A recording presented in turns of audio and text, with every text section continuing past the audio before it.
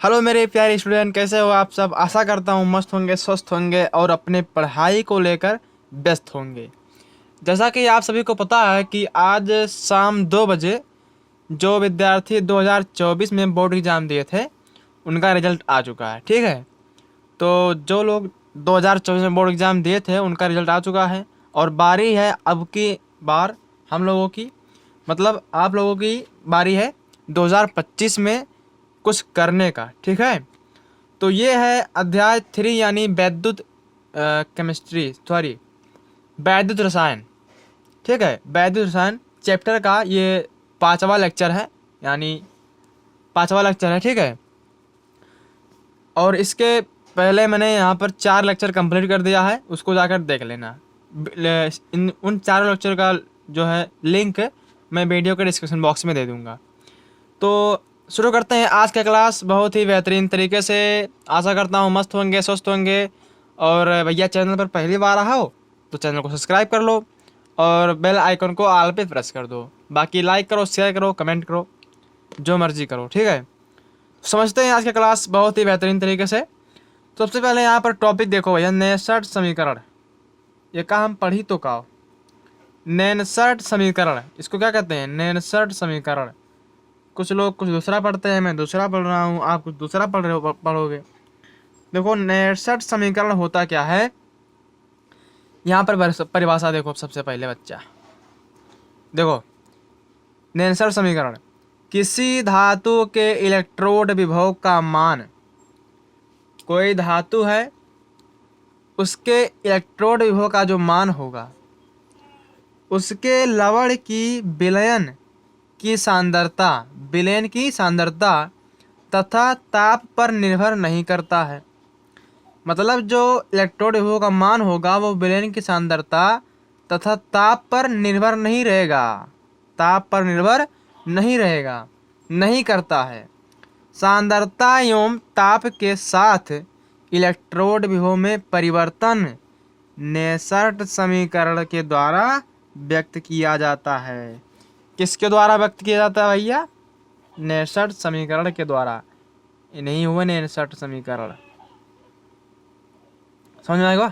देखो ये वीडियो थोड़ा सा लेक्चर बड़ा हो जाएगा, कोई दिक्कत नहीं, लेकिन आज के इस लेक्चर में चैप्टर को करेंगे खलास और बढ़ेंगे नेक्स्ट चैप्टर की ओर, जो कि हमारा रहेगा रासायनिक बलगतिकी। ये वैद्युत रसायन था, इस बार पढ़ेंगे रासायनिक बलगतिकी। ये समझ लो कि ये अंतिम लेक्चर है वैद्युत रसायन चैप्टर का। समझ में आ गया? बिल्कुल समझ में आ गया। तो नेसर समीकरण क्या होता है, समझ में आ गया? अब देखो यहाँ पर देखो, माना किसी धातु की छड़ पर, तो देखो माना किसी धातु की छड़ पर सामान्य इलेक्ट्रोड अभिक्रिया को निम्न रूप से क्या करते हैं? व्यक्त करते हैं। यानी कि अगर आपको नेसर समीकरण पढ़ना है तो यहाँ पर हमने कुछ नोट पॉइंट लिखा है। जैसे देखो ये है नोट पॉइंट पहला, ये है पहला नोट पॉइंट। यहाँ पर लिखना क्या है उसको देखो, यहाँ पर लिखो ई नॉट, ई और ई नॉट में संबंध, ई और ई नॉट में संबंध नेनसर्ट समीकरण के द्वारा होता है। किसके द्वारा होता भैया? नेनसर्ट समीकरण।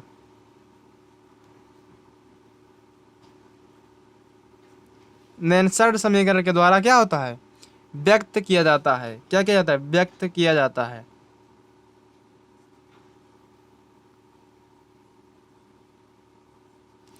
तो देखो ई और ई नॉट में संबंध नेनसर्ट समीकरण द्वारा क्या होता है? व्यक्त किया जाता है।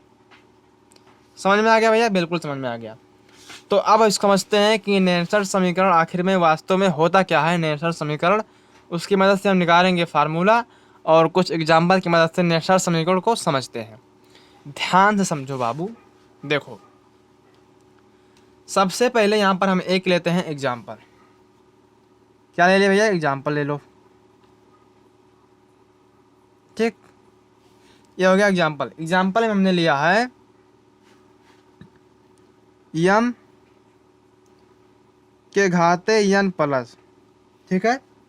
यानी कि ये यम जो है वो एक इलेक्ट्रॉन क्या किया है, क्या किया है, ग्रहण किया है, और ग्रहण करके क्या बनाया है, यम बनाया है।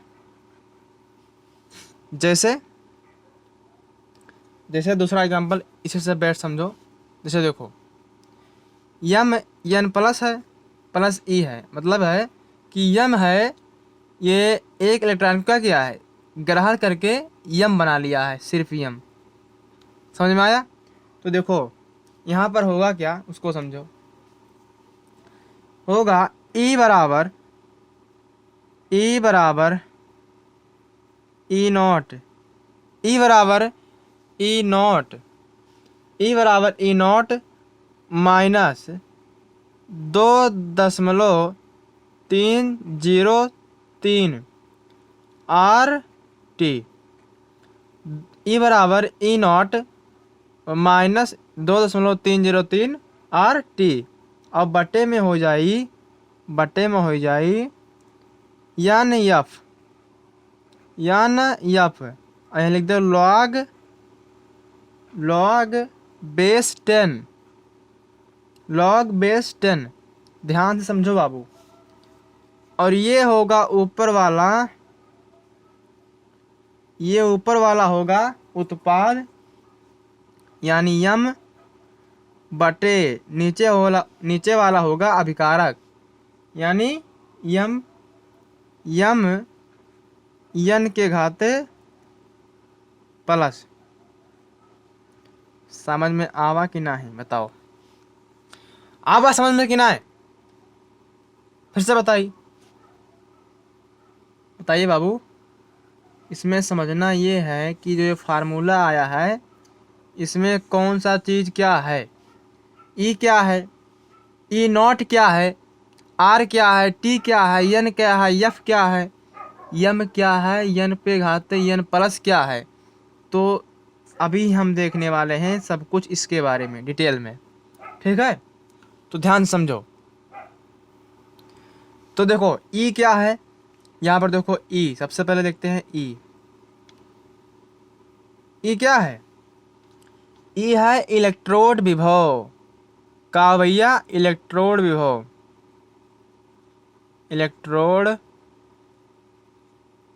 हुआ है। ये क्या हुआ, इलेक्ट्रोड विभव हुआ भैया, ठीक। ये क्या है, ई क्या है, इलेक्ट्रोड विभव है। ई नॉट क्या रहेगा, ई नॉट क्या रहेगा बताओ? ई नॉट है मानक इलेक्ट्रोड विभव। हमने पढ़ाया है इसके पहले तीसरा लेक्चर में, इलेक्ट्रोड विभव, मानक इलेक्ट्रोड विभव। समझ में आ रहा है कि नहीं बताइए? मानक इलेक्ट्रोड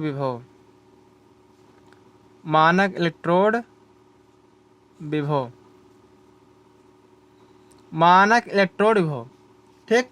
अब देखो आर क्या है, भैया? आर है, जानते हो क्या? आर है गैस नियतांक, आर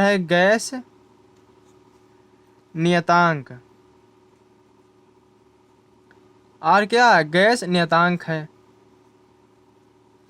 अब आर गैस नियतांक है तो इसका मान होता है 8.314 जूल पर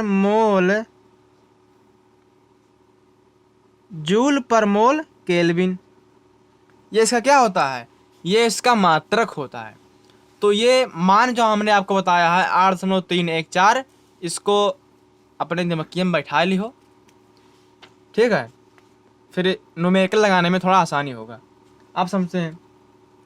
टी क्या है, टी देखो क्या है, टी जानते हो क्या है? टी है परम ताप,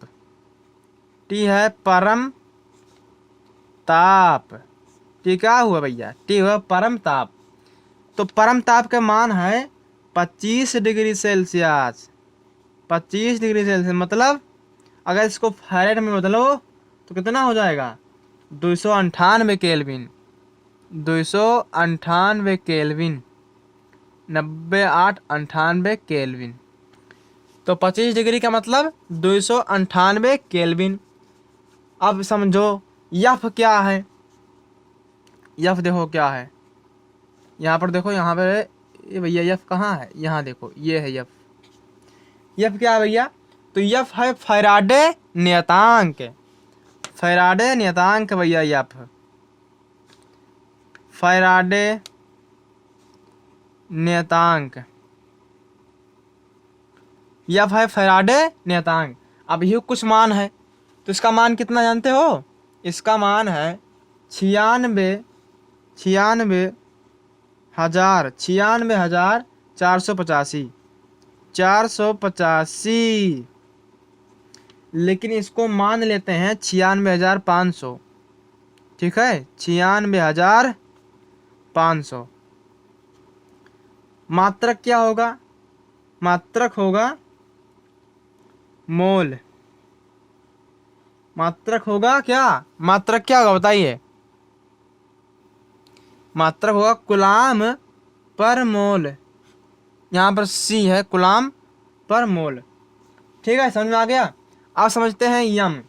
यम क्या है भैया, यम देखो, यम क्या है, यम है उत्पाद की सांद्रता। यही ना यम है, देखो यहाँ पर देखो, यम यही ना है।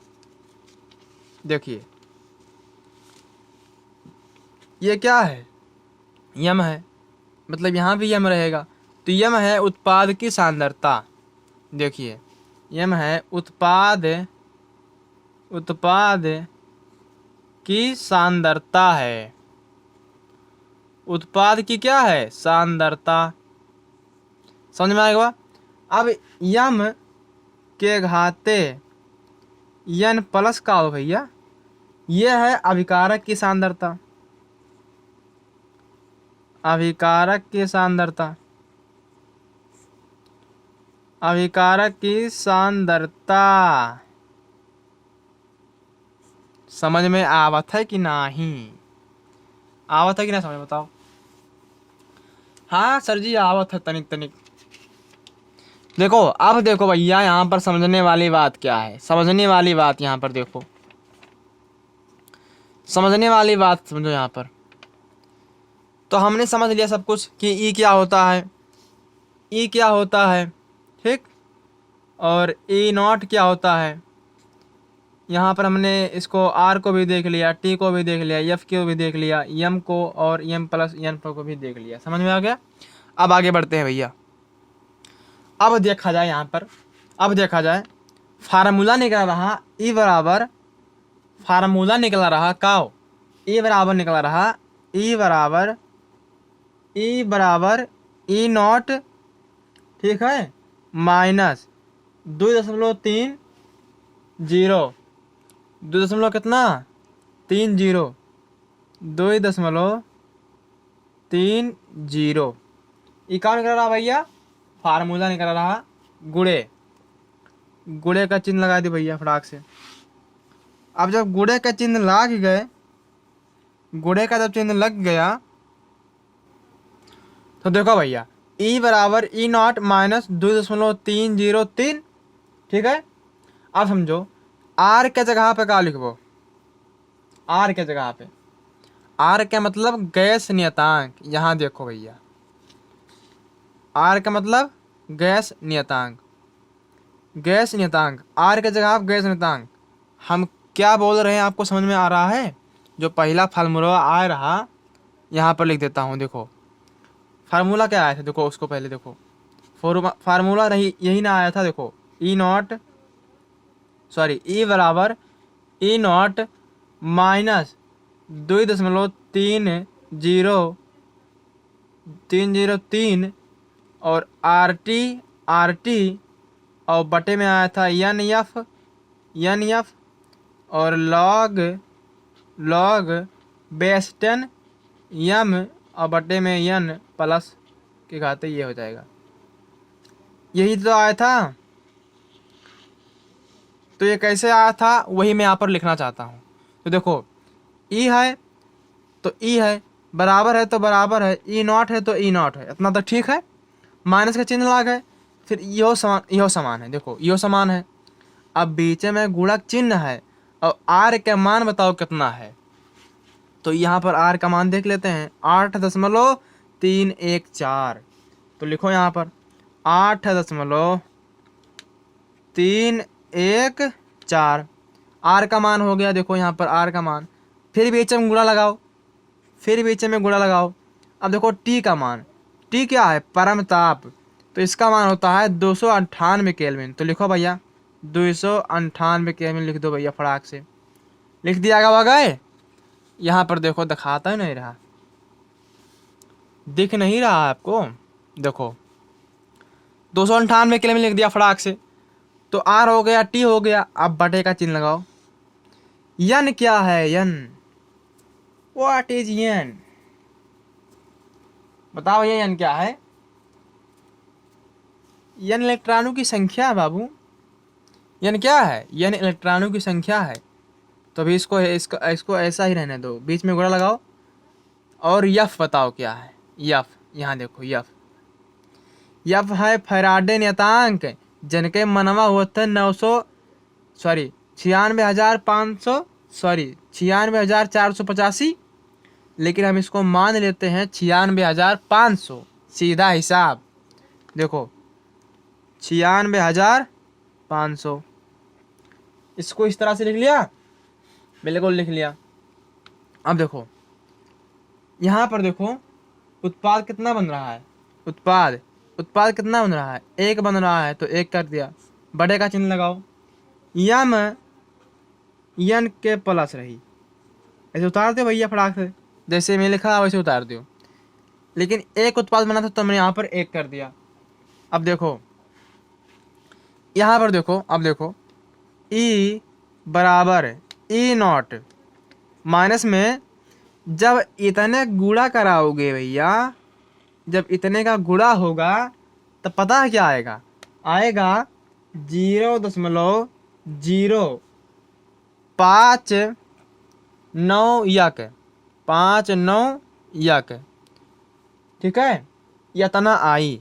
अब बटे में यन का इसे रहा दियो और लॉग बेस 10 हो जाए और 1 में यम प्लस यन हो जाएगा ये।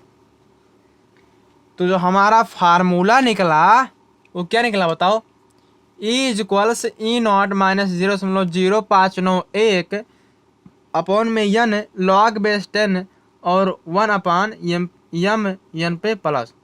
यही क्या है, नेसर्ट समीकरण है। बताओ समझ में आवा कि ना, समझ में आवा कि नहीं।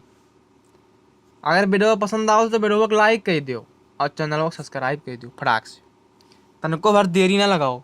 समझ में आ गया, बिल्कुल समझ में आ गया।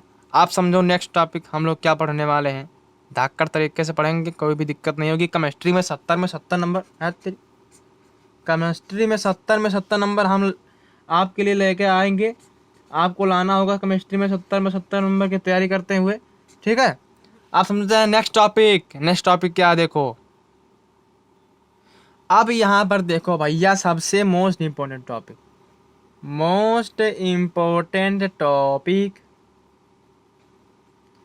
कैसा टॉपिक है भैया, मोस्ट इम्पोर्टेंट टॉपिक है। मतलब डेनियल सेल पढ़ने वाले हैं, और डेनियल सेल पढ़ने से पहले हम यहाँ पर 2-3 बातें जान लेते हैं, ताकि जब डेनियल सेल की स्टडी करें तो हमको दिक्कत ना आए। तो 2-4 पॉइंट जिसको पहले देख लेते हैं, फिर डेनियल सेल पे आते हैं। तो डेनियल सेल भैया बहुत ज़रूरी है, बोर्ड एग्जाम में आ सकता है, तो आपको पढ़ना पड़ेगा। तो उसके पहले डेनियल सेल को पढ़ने से पहले समझो क्या है। यहाँ पर देखो टॉपिक है मेरा वैद्युत रासायनिक सेल। कैसा सेल, वैद्युत रासायनिक सेल, ऐसा सेल जो रासायनिक ऊर्जा को वैद्युत ऊर्जा में बदल देता है। मतलब ऐसा सेल जो रासायनिक ऊर्जा को विद्युत ऊर्जा यानी कि करंट में बदल दे, उसे हम डेनियल सेल कहते हैं। और आज इसी डेनियल सेल को हम लोग पढ़ने वाले हैं और देखने वाले हैं कि वास्तव में करंट कैसे बनता है, किस तरह से कौन सा इलेक्ट्रोड काम करता है, कौन सा इलेक्ट्रोड किसका बना होता है, सब कुछ जानेंगे। अब समझ लेते हैं इलेक्ट्रोड। अब इलेक्ट्रोड तो बेसिकली दो प्रकार का होता है भैया। तो इलेक्ट्रोड क्या प्रकार का होता है, देखो इलेक्ट्रोड क्या प्रकार का होता है। इलेक्ट्रोड होता है दो प्रकार का। पहला इलेक्ट्रोड क्या प्रकार का होता है, दो मेयर का मतलब होता है। पहला होता है जिंक इलेक्ट्रोड, ठीक है। जो पहला होता है इलेक्ट्रोड जो जिंक वाला होता है, जिंक। और दूसरा होता है कॉपर का, यानी कि ये जिंक का इलेक्ट्रोड रहेगा, ये कॉपर का इलेक्ट्रोड रहेगा। लेकिन जो जिंक वाला इलेक्ट्रोड है ये ससुरा अधिक सक्रिय है। समझ में आवत है, ये अधिक सक्रिय है। क्या है भैया, अधिक सक्रिय है। देखिए अधिक सक्रिय है, जबकि Cu कम सक्रिय है। देखो भैया कम सक्रिय है, ठीक है। इक्वल पॉइंट आराम से अपने कॉपी में लिख लियो ताकि दिक्कत ना आवे। तो Zn अधिक सक्रिय है मतलब ज़्यादा सक्रिय है, और वहीं पर Cu कम सक्रिय है। समझ में आएगा। दूसरा पॉइंट समझो, जो Zn है ये इलेक्ट्रॉन दान करता है, मतलब ये ऑक्सीकरण होगा। समझ में आता है, ये इलेक्ट्रॉन को दान करता है, इलेक्ट्रॉन दान। और जहां पर इलेक्ट्रॉन दान करने की बात आ जाए, समझ लियो ऑक्सीकरण हुआ था। क्या होता है, ऑक्सीकरण। यानी कि ये जो जिंक रहेगा ये इलेक्ट्रॉन दान करेगा, और जो कॉपर रहेगा वो इलेक्ट्रॉन ग्रहण करेगा। तो जब जहाँ पर इलेक्ट्रॉन दान होता है उसे ऑक्सीकरण कहते हैं, और जहाँ पर इलेक्ट्रॉन ग्रहण करता है उसे अपचयन कहते हैं।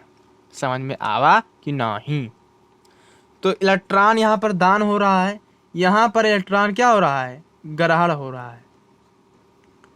क्या हो रहा है भैया, ग्रहण हो रहा है।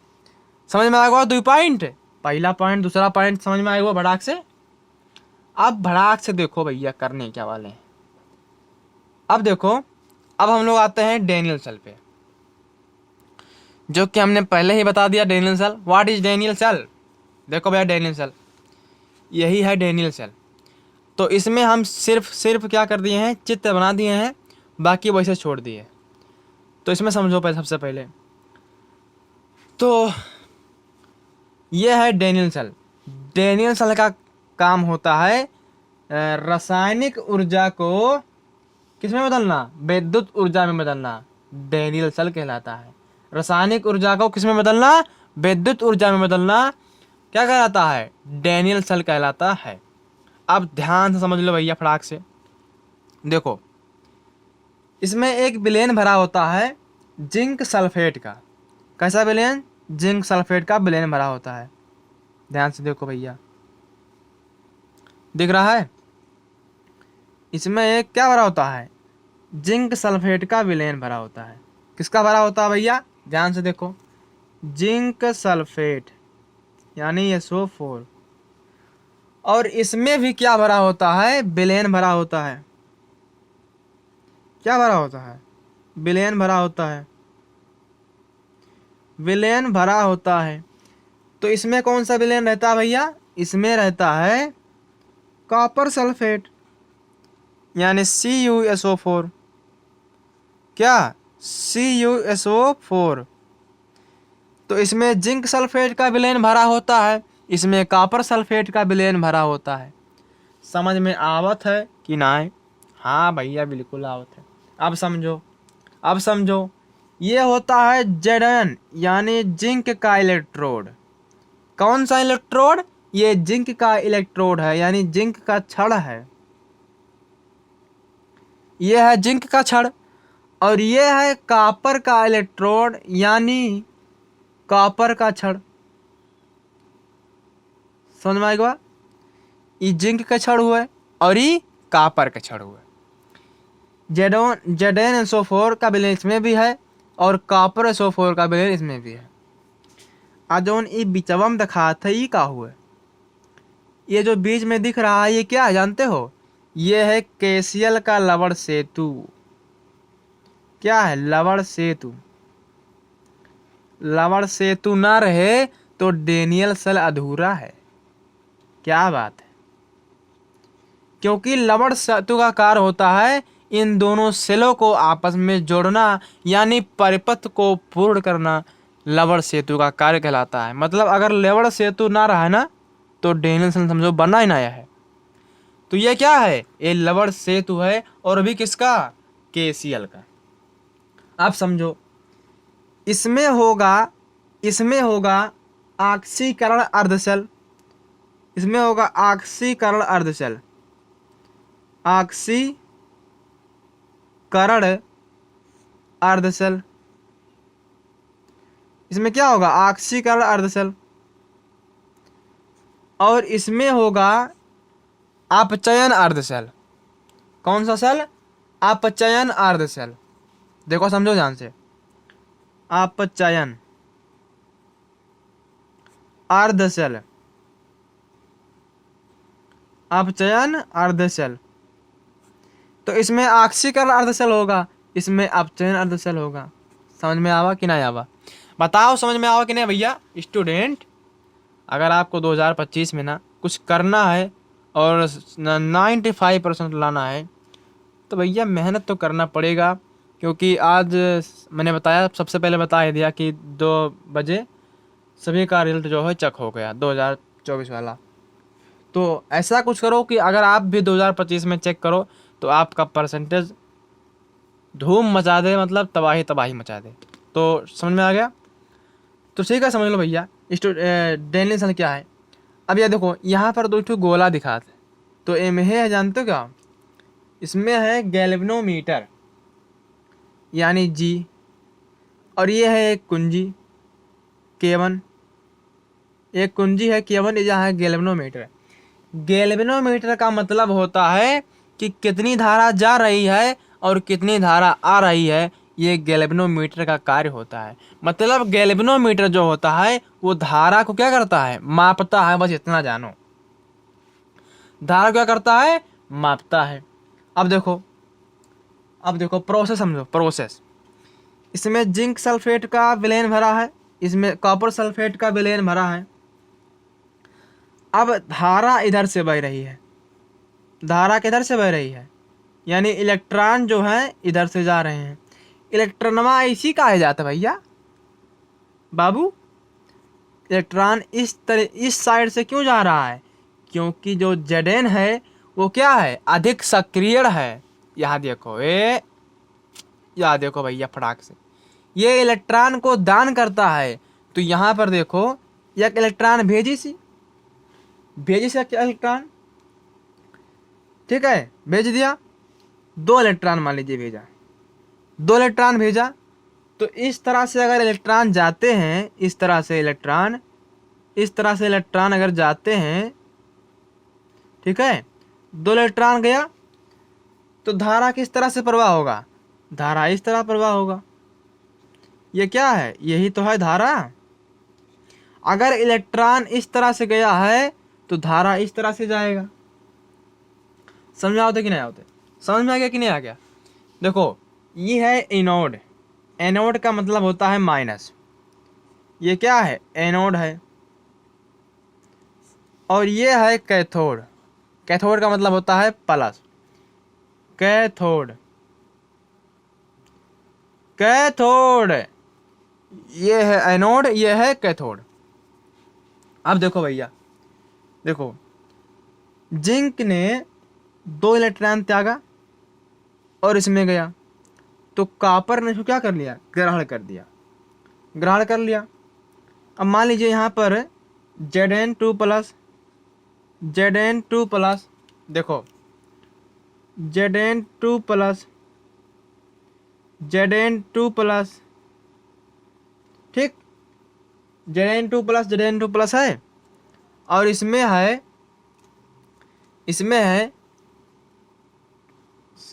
कॉपर 2 प्लस,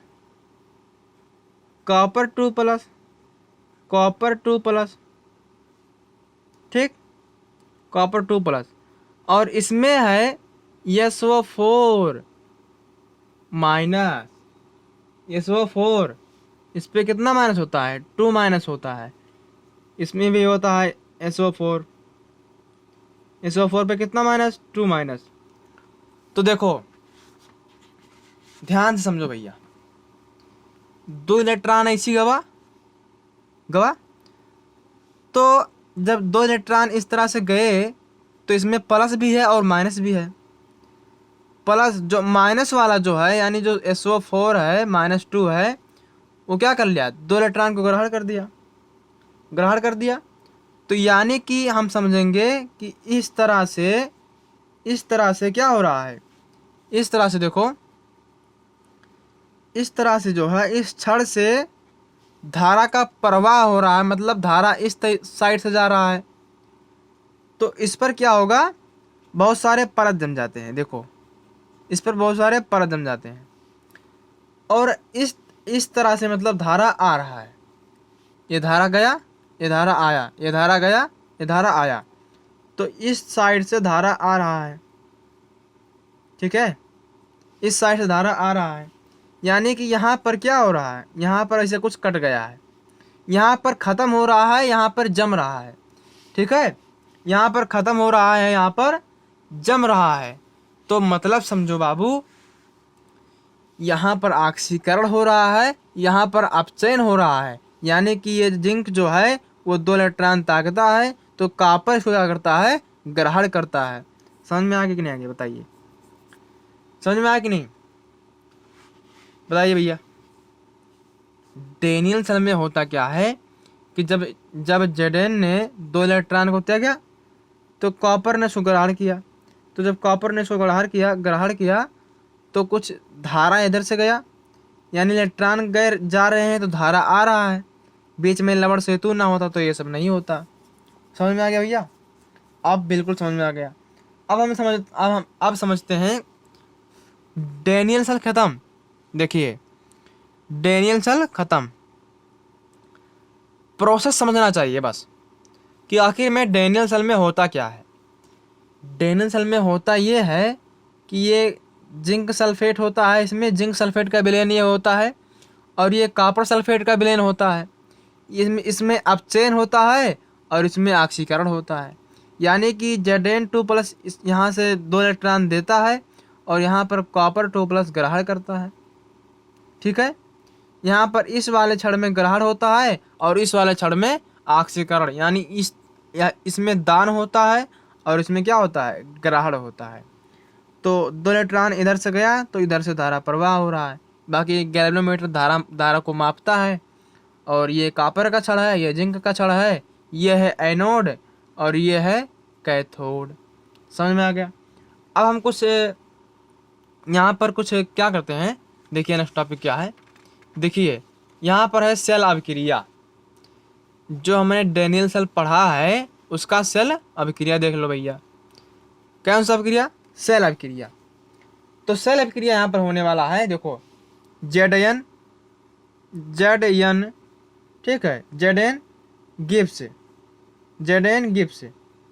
Zn 2+2 इलेक्ट्रॉन,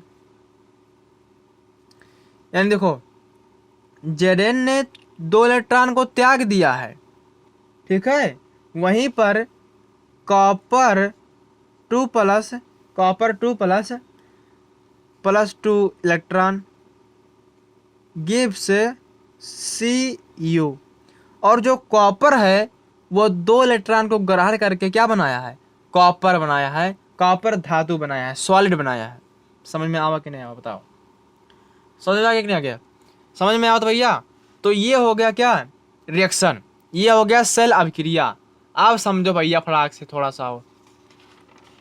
अब यहाँ पर समझने की बात यह है सेल अभिक्रिया में कि यहाँ पर देखो, इसका अगर हम संपूर्ण सेल निकालें, मतलब संपूर्ण अभिक्रिया निकालें, यानी इसे जैसे देखो एक होता है नेट सेल रिएक्शन, मतलब संपूर्ण अभिक्रिया।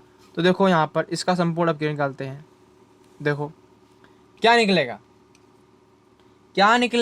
यहाँ पर 2 इलेक्ट्रॉन है, काट दिया। यहाँ पर भी 2 इलेक्ट्रॉन है, काट दिया। समझ में आ गया। अब देखो बचा क्या है, बचा है Zn यानी जिंक प्लस Cu2 प्लस, देखो Zn प्लस Cu2 प्लस, ठीक है। और गिफ्स करके हो जाएगा Zn2 प्लस और प्लस में हो जाएगा Cu। समझ में आ गया कि नहीं आ गया बताइए। तो यही क्या है, यही है नेट रिएक्शन, मतलब संपूर्ण अभिक्रिया। सबसे पहले हमने देखा जिंक वाला, उसके बाद में कॉपर वाला, उसके बाद में हम संपूर्ण अभिक्रिया देख लिया। इसे हम क्या कहते हैं, इसे डेनियल सेल अभिक्रिया कहते हैं। यहाँ पर लिख लो भैया, नहीं पता चले बाद में भूल जाओ। इसे इसे इसे डेनियल सेल अभिक्रिया कहते हैं, अभिक्रिया कहते हैं। क्या कहते हैं भैया, अभिक्रिया कहते हैं। समझ में आ गया भैया। अब देखते हैं लवण सेतु के कार्य। तो लवण सेतु के कार्य देख लो फटाक से। लवण सेतु के कार्य क्या है, लवण सेतु का मतलब लवण सेतु जो होता है, नंबर 1 डालो, लवण सेतु परिपथ को लवण सेतु परिपथ को पूर्ण करता है। अगर स्कूलियम या कोचिंगियम या बड़वम पूछ लिए कि लवण सेतु कार्य बताए दो, तो क्या बताइए, वो परिपथ को पूर्ण करता है। लवण सेतु क्या करता है, परिपथ को पूर्ण करता है। बिना लवण सेतु के डेनियल सेल कहाँ बन पाएगा, संभव है नहीं। दूसरा है वैद्युत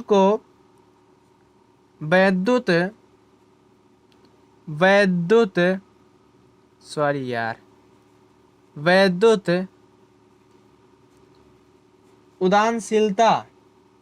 वैद्युत उदानशीलता वैद्युत उदानशीलता को क्या करता है, बनाए रखता है। मतलब ना ज़्यादा करंट ना कम करंट, नॉर्मल रखता है भैया। समझ आ गया। तो ये रहा कुछ लवण सेतु के 2 कार्य। इसको समझ लेना, इसको समझ लेना। वैसे समझना क्या है, सिर्फ रट्टा मारो, दिमागी में बैठ जाए कि लवण सेतु कार्य होत क्या है। तो लवण सेतु के कार्य हम डेनियल सेल में पढ़े थे कि डेनियल सेल बिना लवण सेतु के तो बन ही नहीं पाया था, यानी कि परिपथ को पूर्ण करता है लवण सेतु। समझ में आ गया। हाँ भैया, आगे बढ़ो, आगे बढ़े स्टूडेंट। देखिए अब रिएक्शन क्या टॉपिक आता है देख सकते हो। अब यहाँ पर देखो, ध्यान से देखो भैया, क्या आ गया भैया, तो सेल या बैटरी होता क्या है। सेल या बैटरी का मतलब समझो। तो देखो सेल या बैटरी क्या होता है, सेल या बैटरी कई सारे सेलों को आपस में जोड़कर एक बैटरी बनाई जाती है, इसे सेल या बैटरी कहते हैं। वाह, कितना आसान परिभाषा है, समझो। जैसे आपने देखा होगा जो टार्च में बैटरी लगता है, छोटा छोटा, यहाँ पर इतना सा होता है। मतलब ऐसे एग्जांपल की बता रहा हूँ। यहाँ पर मान लीजिए 2 बैटरी हम ले लिया, 3 बैटरी ले लिया। अब जब इसको जोड़ दिया तो बन गया बड़ा बैटरा बन गया। मतलब जब इसको जोड़ा तब तो ये सेल था, और जब इसको जोड़ दिया तो इसमें ज़्यादा पावर आ गया, इसलिए क्या बन गया, बैटरी बन गया, बड़ा बैटरी बन गया। तो सेल या बैटरी एक ही बात है, फर्क इतना है कि छोटे छोटे सेलों को जोड़कर आपस में एक बड़ा बैटरी बनाई जाती है, जिसे सेल या बैटरी कहते हैं। तो सेल या बैटरी 2 प्रकार के होते हैं। अब 2 प्रकार के क्या क्या होते हैं समझो ध्यान से। सेल या बैटरी 2 प्रकार के तो होते हैं, लेकिन कौन कौन से होते हैं उसको समझना पड़ेगा ना। देखो पहला जो होता है वो होता है प्राथमिक सेल। कौन सा सेल भैया, प्राथमिक सेल। ध्यान से देख लियो, प्राथमिक सेल। और जो दूसरा होता है वो होता है द्वितीयक सेल। क्या होता है भैया? द्वितीयक सेल। द्वितीयक सेल, द्वितीयक सेल। एक होता है प्राथमिक सेल, दूसरा क्या होता है? द्वितीयक सेल होता है। अब ध्यान से समझना, वास्तव में प्राथमिक सेल क्या होता है और द्वितीयक सेल क्या होता है। प्राथमिक सेल का मतलब क्या होता है और द्वितीयक सेल का मतलब क्या होता है। तो देखो, प्राथमिक सेल का मतलब होता है ऐसा सेल जो सिर्फ एक बार ही यूज किया जाए। अब आप सोच सकते हैं कि आखिर में एक बार ऐसा कौन सा सेल है कि उसको एक बार यूज करते हैं फिर दोबारा उसको यूज में नहीं ले पाते हैं। जैसे एग्जांपल दीजिए। एग्जांपल के लिए अगर हम बोलें आपसे, तो जो बच्चों वाला जो खिलौना होता है मोबाइल, तो उसमें देखा होगा आपने बहुत छोटा छोटा 3 सेल लगे होते हैं। तो 3 सेल जो लगे होते हैं उसी को हम क्या कहते हैं? शुष्क सेल कहते हैं। कौन सा सेल कहते हैं? वो शुष्क सेल है। मतलब कि अगर उसमें एक बार चार्ज हो गया तो फिर दोबारा उसमें चार्ज नहीं किया जा सकता है, मतलब वो प्राथमिक सेल हो गया। तो प्राथमिक सेल का मतलब क्या है? ऐसा सेल, ऐसा सेल, ऐसा सेल जिसमें जिसको जिसको सिर्फ एक बार प्रयोग किया जाए, प्रयोग किया जाए। अब जैसे एग्जाम्पल से समझो भैया, एग्जाम्पल देख लिया जाए। जैसे देखिए, जैसे हमने कहा ऐसा सेल जिसको सिर्फ एक बार ही प्रयोग किया जाए तो वह क्या कहलाता है? प्राथमिक सेल कहलाता है। जैसे एग्जाम्पल के लिए शुष्क सेल ले लो भैया। शुष्क सेल, कौन सा सेल? शुष्क सेल। अब शुष्क सेल प्राथमिक सेल है क्योंकि जब हम इसको एक बार चार्ज कर देते हैं तब इसमें दोबारा चार्ज नहीं हो पाता है। जैसे बच्चों वाला खिलौना जो मोबाइल होता है, छोटा सा मोबाइल प्लास्टिक वाला, उसमें 3 सेल लगे होते हैं और घड़ी में भी लगते हैं सेल वही वाला। तो जब उसको एक बार चार्ज कर देते हैं तो फिर उसको चार्ज नहीं कर सकते, इसीलिए वह प्राथमिक सेल है। इसके अलावा भी और अन्य उदाहरण हैं। तो यहाँ पर सिर्फ इतना समझो कि ऐसा सेल जो एक बार मतलब यूज करने पर दूसरी बार यूज ना किया जाए वह क्या कहलाता है? प्राथमिक सेल कहलाता है। जैसे उदाहरण के लिए शुष्क सेल। अब यहाँ पर द्वितीयक सेल को देखो। द्वितीयक सेल क्या है? द्वितीय सेल का मतलब होता है ऐसा सेल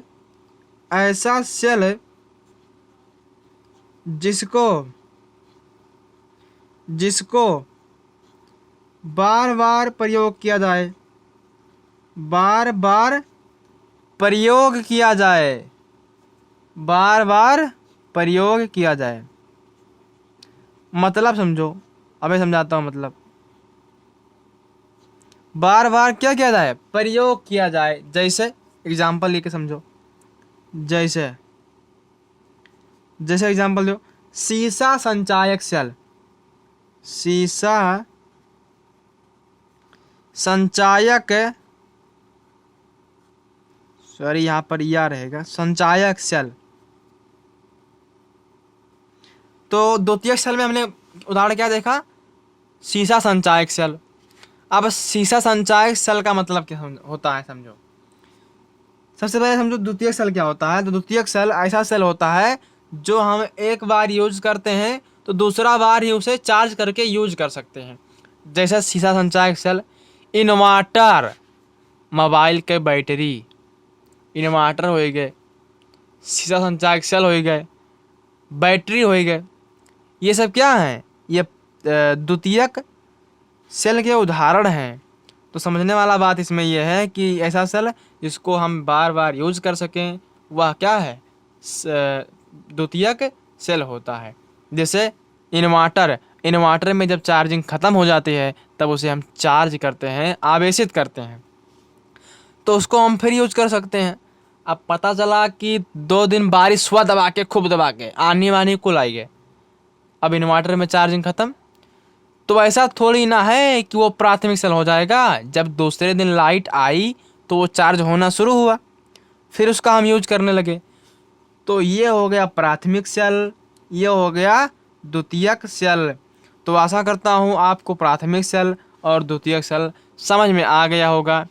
और मिलते हैं नेक्स्ट चैप्टर के साथ और बेहतरीन कंटेंट के साथ। तब तक के लिए जय हिंद जय भारत। और भैया अगर चैनल पर पहली बार आओ तो हाथ जोड़ित है, चैनल को सब्सक्राइब कर लीजिए।